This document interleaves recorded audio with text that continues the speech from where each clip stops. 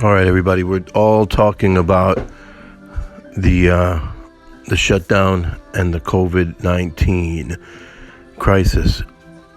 It's April 9th, I believe, and we're moving right along. Tomorrow is Good Friday, and we're in the holiest week of the Christian faith. What are we to do, and how is everyone holding up? This is going to be a micro short podcast today, just to toss it up. I'm enclosed, the walls are closing in on me, and I myself am going through my own things. Stand by and let's talk.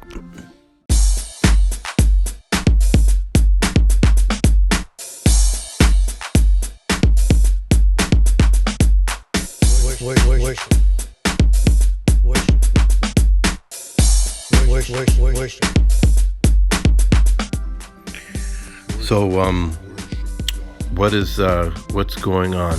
Okay, what are we doing here?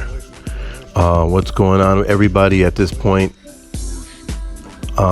is growing in the nerves. They're getting cabin fever. Their kids are at home and they're driving them crazy. Men can't do what they need to do. Women can't do what they need to do. Running errands, shopping, malls, all of that stuff has to stop. And then on top of that, more time on the internet, where we're getting mixed messages. We've got a lot of experts talking. We don't know where these experts are coming from. You know, this is all just a pile of stuff that's come upon us just within 3 eye blinks, and our lives have been transformed even up till now. And then the question of whether we're going to get back to normal, is that even the people are talking about that as well too. At what point we're going to return back to normalcy? Okay, the question is, who are these experts? Should we be listening to them?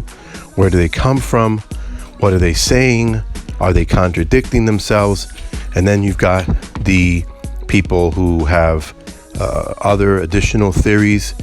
The theories of where did this come from?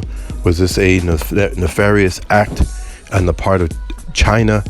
Was this an attack, a biological attack?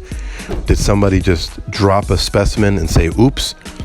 Should we be saying it's a considerable coincidence that in Wuhan they had a medical labs where they worked on biotech weaponry just like this?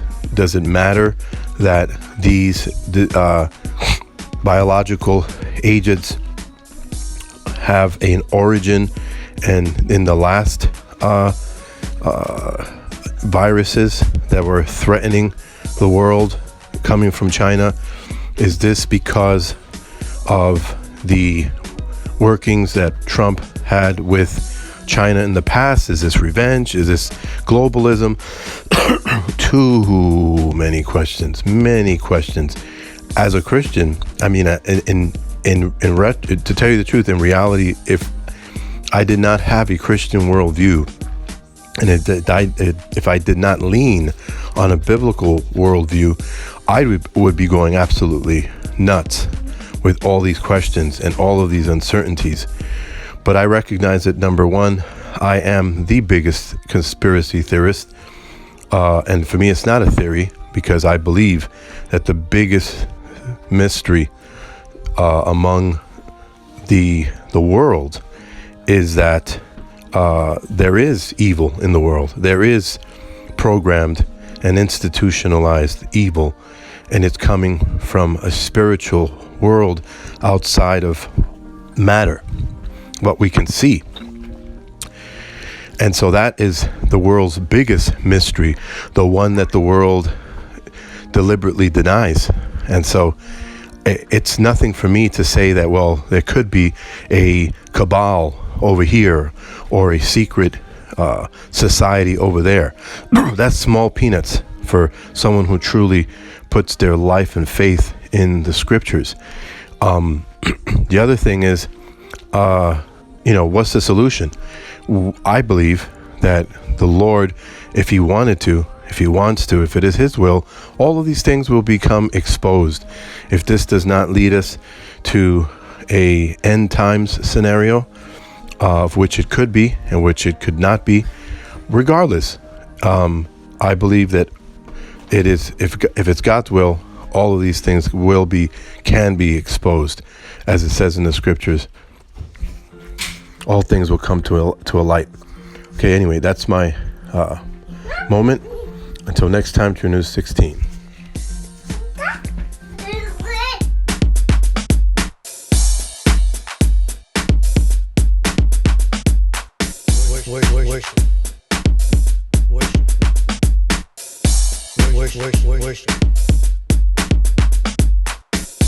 Worship God. Worship God.